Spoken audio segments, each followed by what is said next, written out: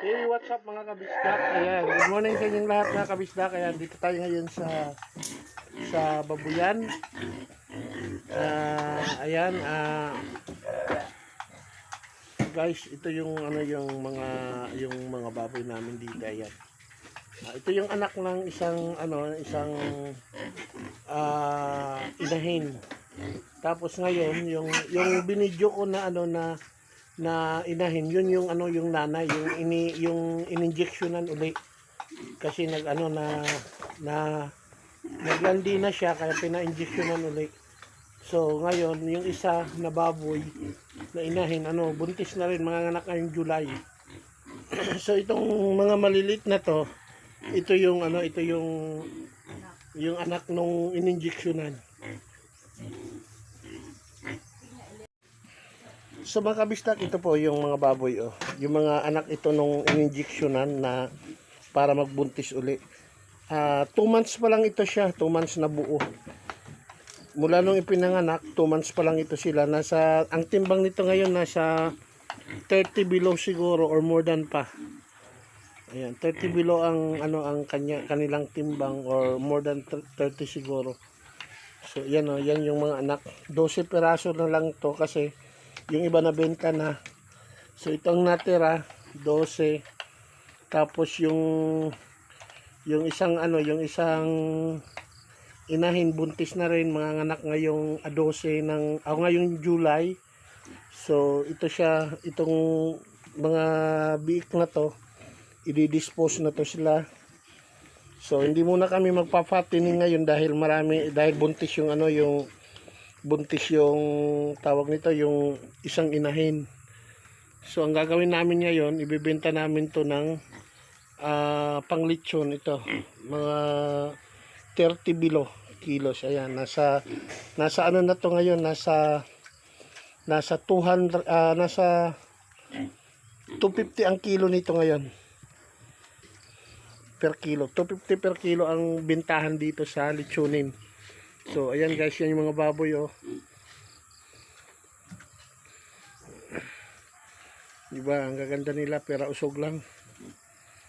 Ayan.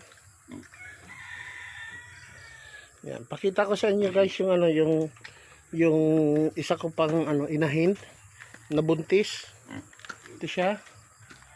Ito po yung buntis na na inahin, mga anak ngayong July. Ayan siya. Namin to guys, hindi siya kailangan, solo lang siya para hindi siya makunan, at saka yung hindi siya masyadong malawak ang space para hindi siya galaw ng galaw. So ayan, actually mga kabisdak, to siya, may fins ito siya kaya lang ayaw niya nang kinukulong siya. So nilagay na lang namin dito sa maliit na kulungan. Nilagyan na lang ng bako diyan para hindi siya masyadong galaw ng galaw. So ayan siya. So buntis yan guys, manganganak ngayong July. So hopefully marami siyang anak. At saka pakita ko sa inyo yung isa. Ayan, ito kakatayin namin to mamaya. Lilitsunin namin to mamaya. Ayan, lilitsunin namin to mamaya. Bali, 2 lilitsunin namin mamaya para matikman ko naman yung baboy. Ayan. So ayan. Tapos ito yung nanay ng mga biik na pinakita ko kanina. Ayan yung nanay. Tapos ito rin, nanay din ito nung buntis na na inahin. Siya yung nanay ng buntis na inahin. So yan yung pina-injectionan natin nung isang araw. Kasi lumandi siya kaagad. So pina-injectionan na namin nung isang araw. Ayan, mahaba siya na na baboy. Ayan, pure na yan, lahi.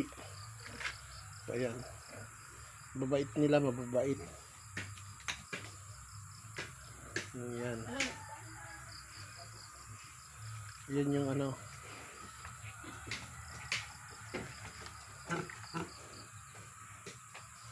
So kami ngayon, maggagawa ulit kami ng ng another na tangkal ng baboy. So i-extend namin papunta doon para marami kaming mailagay na baboy. So ito siya.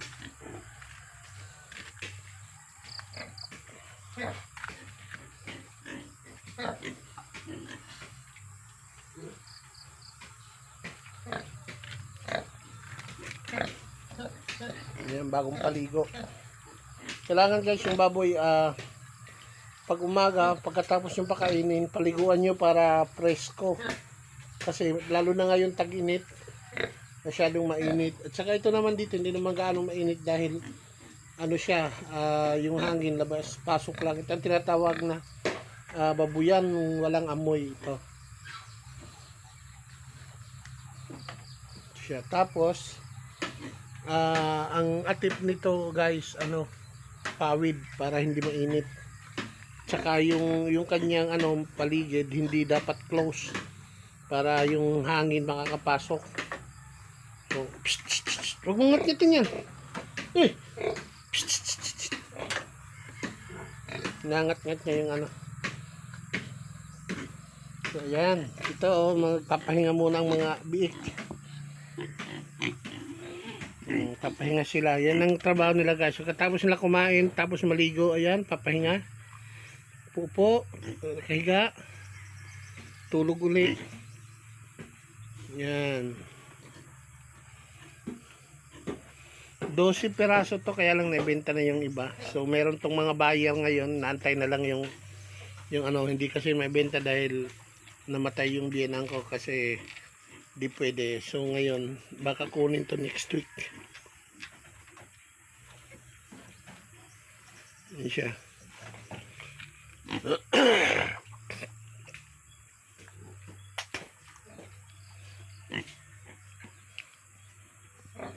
Ang ganda nila tingnan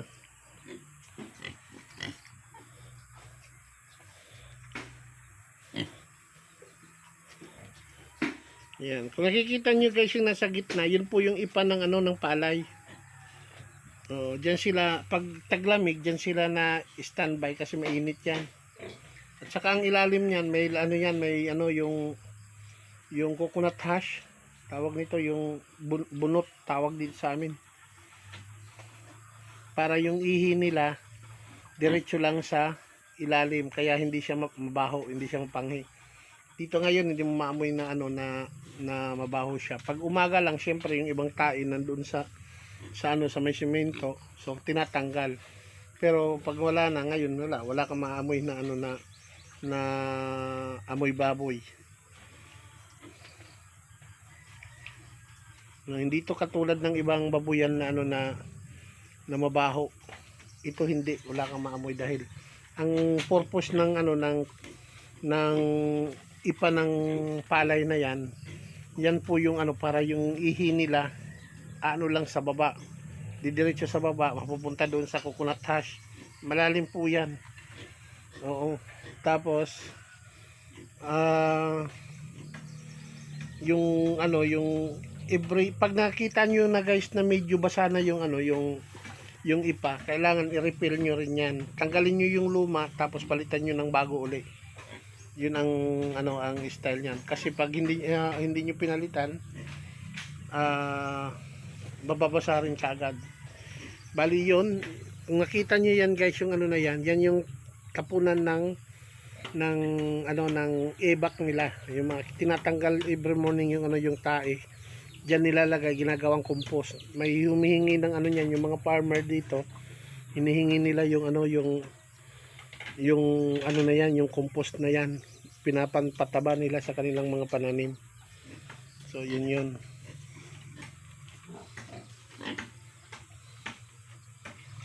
Ayan, yung isa, tinan nyo, umiinom siya. May inuman yan sila guys, ayan nozzle. Kita nyo yan. Yan, inuman nila yan, automatic yan. Sinisip-sip sila.